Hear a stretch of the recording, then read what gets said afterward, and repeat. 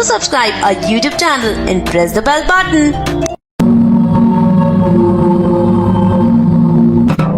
फौजिया घर के दरवाजे पर खड़ी होकर अंदर देख रही थी। घर बाजार से भी ज्यादा बदतर लग रहा था। मुख्य द्वार सीधे शौचालय के खुले दरवाजे की ओर जाता था। हालांकि अंदर कोई नहीं था, लेकिन शौचालय की हालत अपनी कहानी खुद बयां कर रही थी। इसे वर्षों से साफ नहीं किया गया था और इसकी दुर्गंध से जी मिचलाने लगा था। शौचालय के पास एक मोटी सांगली औरत लकड़ी के चूल्हे पर खाना बना रही थी। फौजिया को देखते ही वे अफ्रीकी भाषा में चिल्लाने लगी। उसी समय पीछे से एक छोटा नंगा काला लड़का फौजिया की ओर दौड़ा। आप क्या चाहते हैं? लड़के ने समझने योग्य भाषा में पूछा जब वे फौजिया के पास पहुंचा।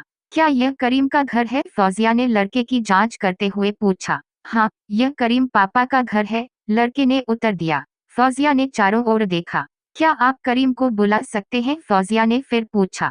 पापा बाहर हैं, वह जल्द ही वापस आएंगे, लड़के ने उत्तर दिया।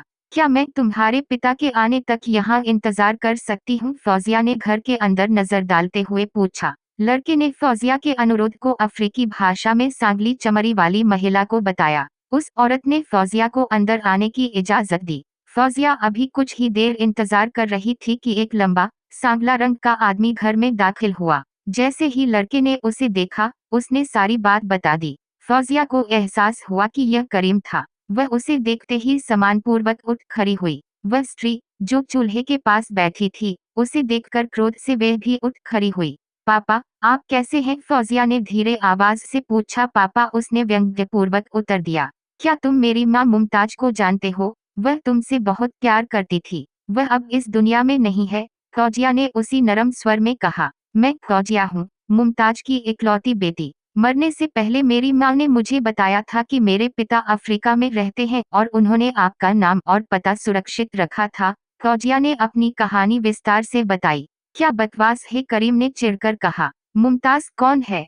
तुम कौन हो? मैं किसी को नहीं जानता, करीम गुस्से से चिल्लाया और समझने की प्रार्थना के साथ मोटी महिला की ओर देखा। मुझे लगता है कि आप गलत पते पर आ गए हैं, सांगली त्वचा वाले व्यक्ति ने बचाव करते हुए कहा। देखो, तुम गलत हो, तुम किसी और के घर में हो। मैं वह करीम नहीं हूँ जिसे तुम ढूंढ रही हो, करीम ने फौजिया को समझाया जब मोटी महिला अपने कमरे में चली गई।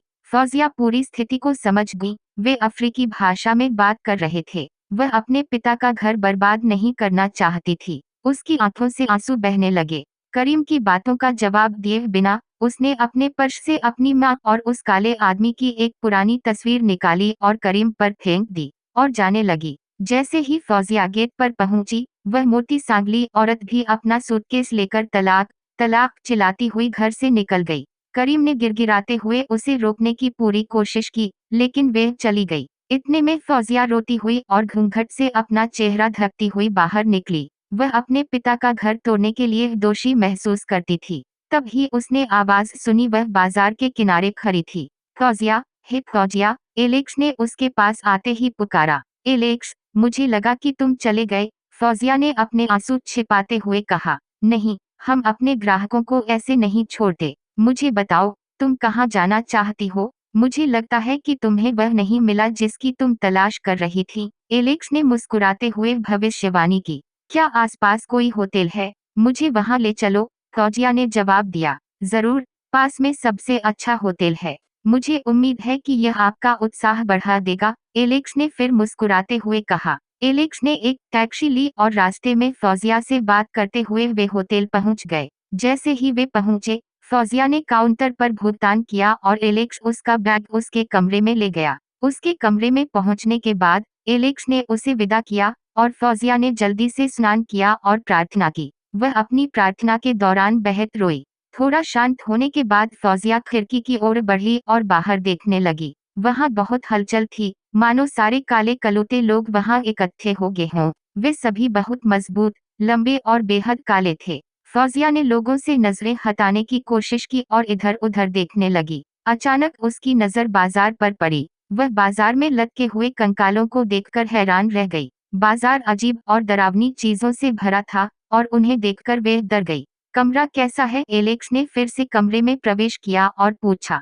फौजिया और भी भयभीत हो गई। इस बार उसने अपना चेहरा नहीं ढका था और बाजार का नजारा देखकर दंग रह गई। हालांकि एलेक्स को देखकर उसने तुरंत पास की चादर से अपना चेहरा ढक लिया और अपना दुपट्टा ढूंढने लगी। एलेक्स ने बिस्तर से चादर उठाई और उसे दे दी। चिंता मत करो, धरने की कोई जरूरत नहीं है। मुझे अपने भाई की तरह समझो, एलेक्स ने चादर उसके सिर पर रखते हुए कहा। एलेक्स की बातों से क्लॉजिया को उसके बारे में अच्छा महसूस होने लगा।